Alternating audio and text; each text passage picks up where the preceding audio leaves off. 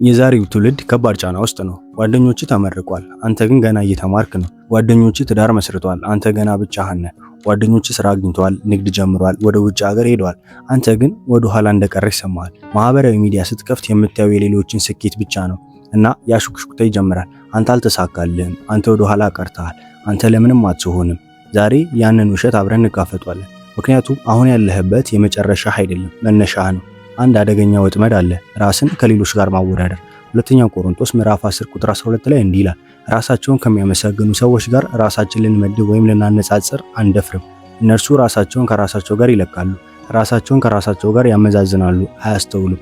የአንተ ጉዞ የአንተ ብቻ ነው። አንድ ሰው በ25 ዓመቱ የህይወቱን ግብ አገኘ፣ ሌላው ግን ከብዙ ዓመታት በኋላ ጥሪውን አገኘ። አንዱ በ22 ዓመቱ አገባ፣ ሌላኛው በ40 ዓመቱ ትክክለኛውን ሰው አገኘ። ሁሉም አንድ አይነት የጊዜ ሰሌዳ የለውም። ማወዳደር የደስታህ ሌባ ነው። ዛሬ ማየት ያለብህ የሌሎች ሩጫ ሳይሆን የራስህን መንገድ ነው። ስለ ሽንፈት አንድ ነገር ልንገርህ፣ ሽንፈት የመጨረሻ ፍርድ አይደለም፣ መረጃ ነው። መጽሐፍ ቅዱስ ስለ መውደቅ ሲናገር እንዲህ ይላል፣ ምሳሌ ምዕራፍ 24 ቁጥር 16 ጻድቅ 7 ጊዜ ቢወድቅ ይነሳል። ልብ በሉ፣ ጻድቅ ነው የሚወድቀው። እግዚአብሔርን የሚወድ ሰው የሚለየው መውደቁ ሳይሆን መነሳቱ ነው። የወደቀ ሰው ሳትሆን እየተማርክ ያለ ሰው ነህ። እያንዳንዱ ውድቀት ወደ ላይ የምትወጣበት መንሰላል ደረጃ ነው። እስኪ ታሪክህን ከነዚህ የእግዚአብሔር ሰዎች ጋር አወዳድር። ዮሴፍ በ17 ዓመቱ ህልምን ተቀበለ። ለ13 ዓመታት በባርነትና በእስር ቤት አሳለፈ። በ30 ዓመቱ ግን እግዚአብሔር ከእስር ቤት ወደ ግብጽ ገዢነት አወጣው። ሙሴ 40 ዓመታት በምድረ በዳ በግ ጠበቀ። ሕይወቱ አልፏል ብሎ አስቦ ነበር። በ80 ዓመቱ ግን እግዚአብሔር ሂድ እስራኤልን ምራ አለው። ዳዊት በዋሻ ተደብቆ ከንጉሥ እየሸሸ ለዓመታት ወደ ኋላ የቀረ ይመስል ነበር። ነገር ግን እግዚአብሔር ንጉሥ አደረገው። አሁን ያለህበት ዘግይቷል የሚል ቦታ ምናልባት የእግዚአብሔር የዝግጅት ክፍል ነው። ግን ለምን እግዚአብሔር ለምን እንድትዘጋ ይፈቀደ? ለምን ሌሎች ሲያብቡ አንተ አሁን በጨለማ ውስጥ ነህ? ምክንያቱም እግዚአብሔር ቅጽበታዊ ስኬትን ሳይሆን ጠንካራ መሰረት ይፈልጋል።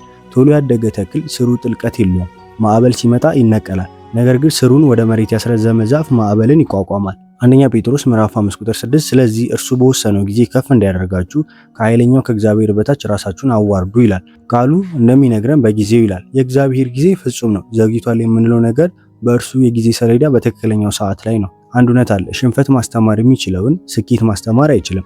ስኬት ትዕቢትን ያስተምራል፣ ሽንፈት ትህትናን ያስተምራል። ስኬት ራስን መቻልን ያስተምራል፣ ሽንፈት በእግዚአብሔር መታመንን ያስተምራል። ሮሜ ምዕራፍ 5 ቁጥር 3 እስከ 5 መከራ ትዕግስትን ያደርጋል፣ ትዕግስትን ባህሪም ተስፋን ያደርጋል፣ ተስፋም አያሳፍርም ይላል። ጴጥሮስ ኢየሱስን ካደ፣ ከዛም ህይወቱ ያበቃ መስሎት ነበር። ነገር ግን ኢየሱስ መልሶ አቆመው፣ የመጀመሪያው የቤተክርስቲያን መሪ አደረገው። ዛሬ ያለህበት ውድቀት ነገ የምትረዳበትን ጥበብ እያስተማረ ነው። ምናልባት አሁን ይህን እየሰማ እንባ እየወረደ ሊሆን ይችላል። ነገር ግን ይህን አስታውስ፣ እግዚአብሔር ባንተ ላይ ያለውን ስራ አልጨረሰም። ታዲያ እንዴት እንደገና ልነሳ ካልክ እነዚህን 5 እርምጃዎች ተከተል። አንደኛ፣ ስሜትን ተቀበል፣ አትካደው። አልተሸነፍኩም አትበል፣ ተጎድቻለሁ በል። ፈውስ የሚጀምረው ከእውነት ነው። ሁለተኛ፣ ትምህርቱን ፈልግ። ከዚህ ልምድ ምን መማር እችላለሁ? አንድ ነገር ጻፍ። ሶስተኛ፣ እቅድህን አስተካክለው፣ አትጣለው። የተሳካለት ሰው ፈጽሞ የወደቀ ሳይሆን ወድቆ መነሳት የቻለ ነው። አራተኛ፣ አንድ ትንሽ እርምጃ ዛሬውኑ ጀምር። አንድ ማመልከቻ ላክ፣ አንድ ስልክ ደውል፣ አንድ ገጽ አንብብ። ትንሽ እርምጃዎች ትልቅ ለውጥ ያመጣሉ። አምስተኛ፣ ሁሉንም ለእግዚአብሔር አስረክብ። አቤቱ ይህንን ህይወቴን አንተ ምራው በል። የዓለም የስኬት መለኪያና የእግዚአብሔር መለኪያ አንድ አይደሉም። ዓለም የሚለካው ምን ያህል ገንዘብ እንዳለ፣ ምን ያህል ተከታዮች እንዳሉ፣ ምን ያህል ሰርተፍኬት እንዳገኘ ነው።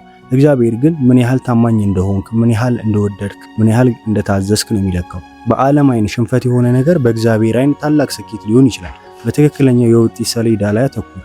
አንድ ነገር አስታውስ፣ ታላላቅ ታሪኮች ሁሉ የሚጀምሩት ከሽንፈት በኋላ ነው። ኢዩኤል ምዕራፍ 2 ቁጥር 25 ላይ አንበጣ የበላቸውን ዓመታት እመልስላችኋለሁ። በእርሱ መንገድ በእርሱ ጊዜ እግዚአብሔር ያጣኸውን መልሶ መስጠት ይችላል። ዛሬ አንድ ውሳኔ አድርግ። የሽንፈትህን ስሜት ለእግዚአብሔር አስረክብና አንድ እርምጃ ወደፊት ተራመድ። ዘግይቻለሁ ብለህ አታስብ። አሁን ያለህበት ቦታ የእግዚአብሔር ፍጹም ጊዜ ነው። አንድ ጥያቄ ልጠይቅህ። ዛሬ ይሄ መልእክት ለአንተ ምን ማለት ነው? ኮሜንት ላይ ዛሬ እንደገና እነሳለሁ ብለህ ጻፍ። ላይክ አድርግ፣ ሼር አድርግ። ምናልባት አሁን አንድ ሰው ይሄ መልእክት ያስፈልገው ይሆናል። ሰብስክራይብ አድርገህ ደውሉን ተጫን። በቀጣይ ቪዲዮ እንገናኛለን። እስትንፋስ እስካለ ድረስ ተስፋ አለ። ተስፋ እስካለ ድረስ እግዚአብሔር ባንተ ላይ ያለውን ስራ አልጨረሰም።